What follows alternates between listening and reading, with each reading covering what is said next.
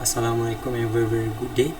My name is Mama Ilman bin Mama Yaakob. My ID number is TF19006, and today I would like to present about my assignment, which is wind energy potential in Malaysia and challenge and opportunity. First one is the content. We introduce about the introduction, and then literature review, thirdly the results, fourth the gap analysis, and five the conclusion. Malaysia is a growing country in Southeast Asia that consists of Peninsula Sabah and Sarawak. It geographically coordinated at 2 degree 30 minutes in the north latitude and 112 degree 30 minutes in east longitude. Because the country is so close to the equator, which means that the climate is tropical, the sky is always cloudy, hence the average sunshine are 6 hours of each day. Over Malaysia, there are two monsoons, which is the southwest monsoon and the northeast monsoon. The southwest monsoon occurs from May or June to September, while the northeast monsoon occurs from November to end of March. These are the map of the Malaysian. So as you can see, the average wind speed changing depending on the monsoon. So the northeast monsoon in my study has much more average wind speed.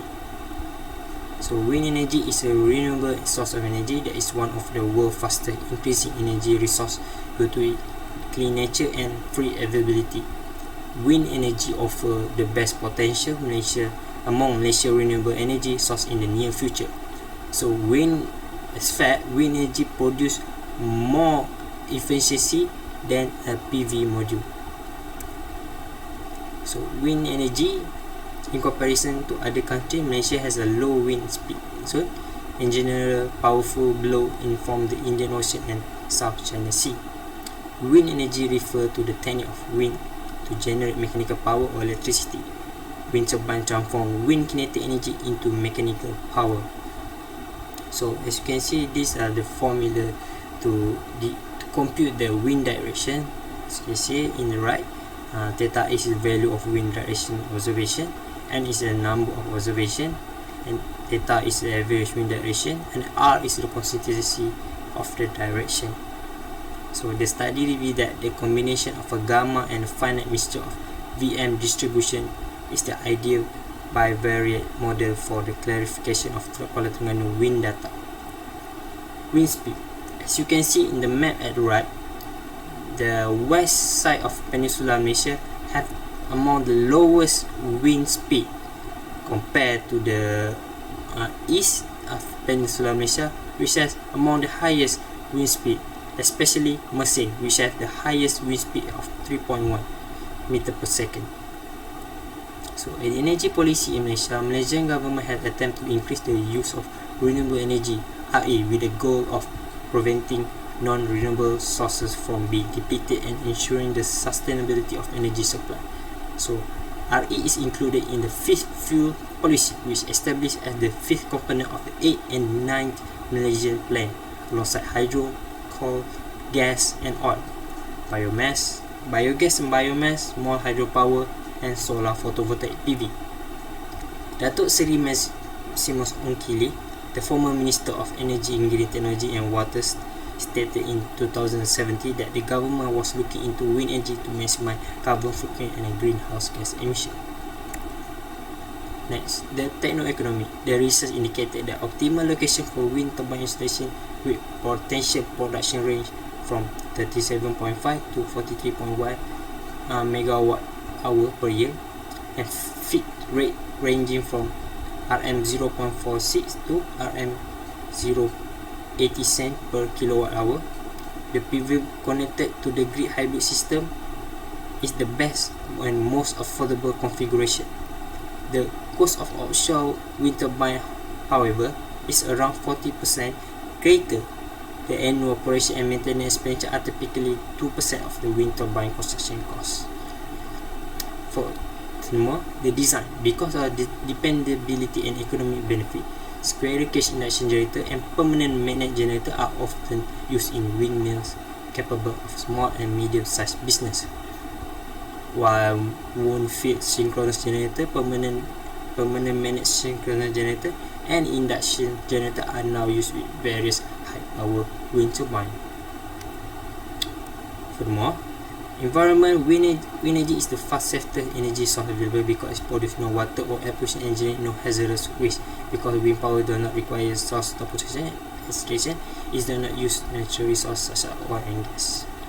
So this is the average. As you can see, Mersing has the highest wind speed is 2.74 microsecond, and while Langkawi Island has the lowest, which is 1.92 speed meter per second. So this is the wind speed for probability graph, Weibo probability.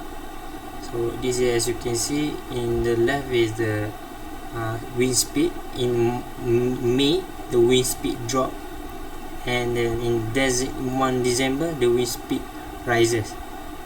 So this in the right is the power density at height, probability of speed above 2.5 millimeter per second, and turbine operating hour. So we move to result, government and policy in Malaysia. Ministry of Energy Resources, KETSA, is the ministry in charge of topic connected to energy and natural resources, among other things. Energy Commission (EC) was founded under the Energy Commission Act 2001 and is responsible for regulating the energy industry in Malaysia, Sabah, including but not limited to the delivery of electricity. So, move on to the wind turbine design. The most prevalent topic is the development of wind turbine, especially for low speed region. As a partial answer to Malaysia low wind speed region, the blade element MEE333 was used to construct a small wind turbine blade. There is a cost of implementing. Throughout the 10 years, the cost of applying wind turbine is dropped 50% more. So the price is declining. We can get more wind turbine cheaper. The impact on environment, according to that, it produces noise. So in order to counter this noise, aeroacoustic technology has enabled designers to create blades that are far less noisy. So these are wind study project in Malaysia. TMB erected the first wind turbine in Malaysia for 150 kilowatt wind turbine in Pulau Terumbu Layang-Layang in Sabah in 1995. So under the auspices of MEE333 and SIRIM Berhad, a national project to test and analyze potential wind power in Malaysia. It is based in UMP campus Pekat, with power capacity of 2 kW and 4 kW, 5.8 kW and 10 kW. So gap analysis. So the wind speed, Malaysia wind speed average is about 2.3, lowest average speed acquired in the recent is that in Langkawi, which is 1.92 millimeter per second. Some places in West Malaysia cannot implement or does not have potential for harnessing wind energy.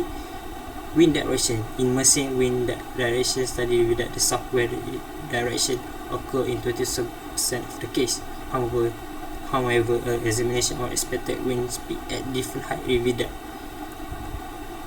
that 240 degree direction is associated with the lowest wind speed. Energy policy. The government only financial assistance of wind power plant project is Green Technology Financing Scheme 2.0. Techno-economic. The cost of site building can be lowered by 30% if the wind turbine is increased to 250 kilowatt to 100 megawatt. For design, small wind turbine can be implemented in Malaysia because of low speed. Aeroacoustic technology enable designer to create blades that are far less noisy for the environment. So for the conclusion is that the primary goal of the research was to identify challenge and opportunity with previous material of wind in Malaysia. In Malaysia, we discuss all wind related study. Malaysia is actively working to switch to renewable energy. However, regulatory support for RE in Malaysia is still in an early stage, notably the wind energy. So GTFS 2.0 is currently the only financial support provided for wind energy project in Malaysia. That's all for me. Thank you.